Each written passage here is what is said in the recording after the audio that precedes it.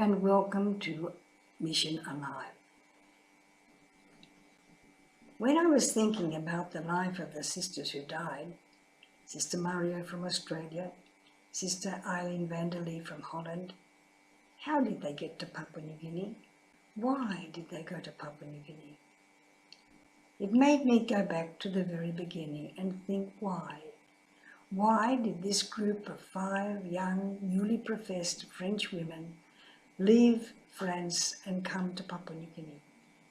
Of course it was because Father Chevalier had founded the Congregation of the Daughters of Our Lady of the Sacred Heart to work side by side with the missionary fathers of the Sacred Heart. And now the Pope had asked those missionary priests to go to Papua New Guinea. Nobody was there evangelizing. Nobody was there teaching the Catholic faith. So would Father Chevalier's men and women go to Papua New Guinea? Of course their answer was, "Behold the handmaid of the Lord," as Mary had said, they would go. And so in 1884 they left France on a sailing ship and off they came to work in Papua New Guinea. It took many months to reach Australia. When they did get to Sydney, they were ready at once to go to Papua New Guinea, but things weren't like that. They had to wait and see what happened. They needed a house in Sydney so that the following sisters coming after them would have a place to come to, and sisters who got sick in Papua New Guinea would have a place to come down to recover. So they went to the Archbishop and said, "Please could we set up a house in your archdiocese?" The Archbishop's reply was, "Any congregation that sets up a house in my archdiocese must do something for the archdiocese. You are a teaching congregation, so you can teach, you can set up a school." That was a great shock to them. But the bishop gave them the school at Botany, and that's where they started.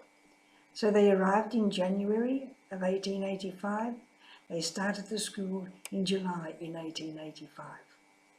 And then, after a while, when many of them had learned a little bit of English, the main one, of course, was Sister Xavier. She was in charge of the school because she came from Ireland and had done her teacher training before she'd entered as a daughter.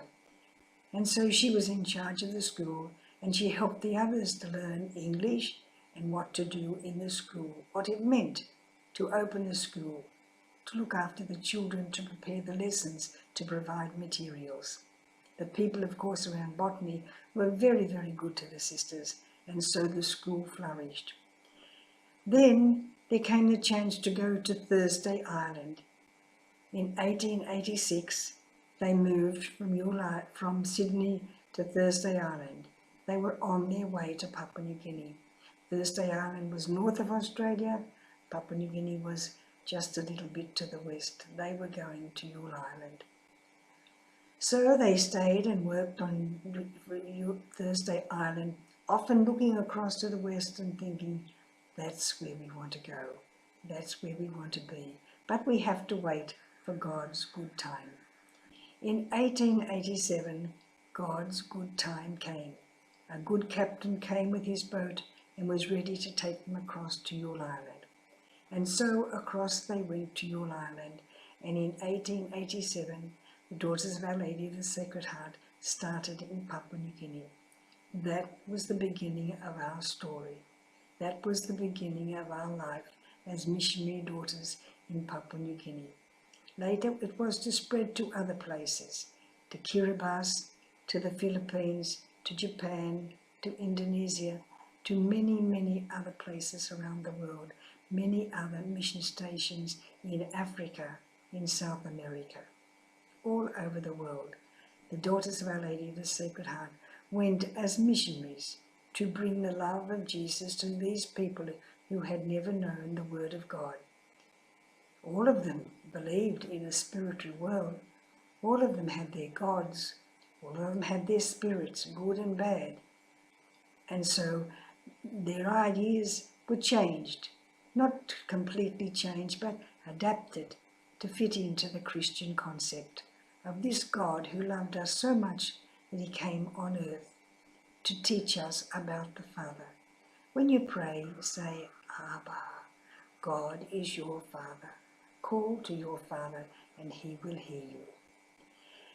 And so our life began as Daughters of Our Lady of the Sacred Heart in Newell Island, with women who weren't trained specifically as nurses or teachers, but who worked looking after the sickness of people, binding up sores, tending to fever, and teaching children to read and write.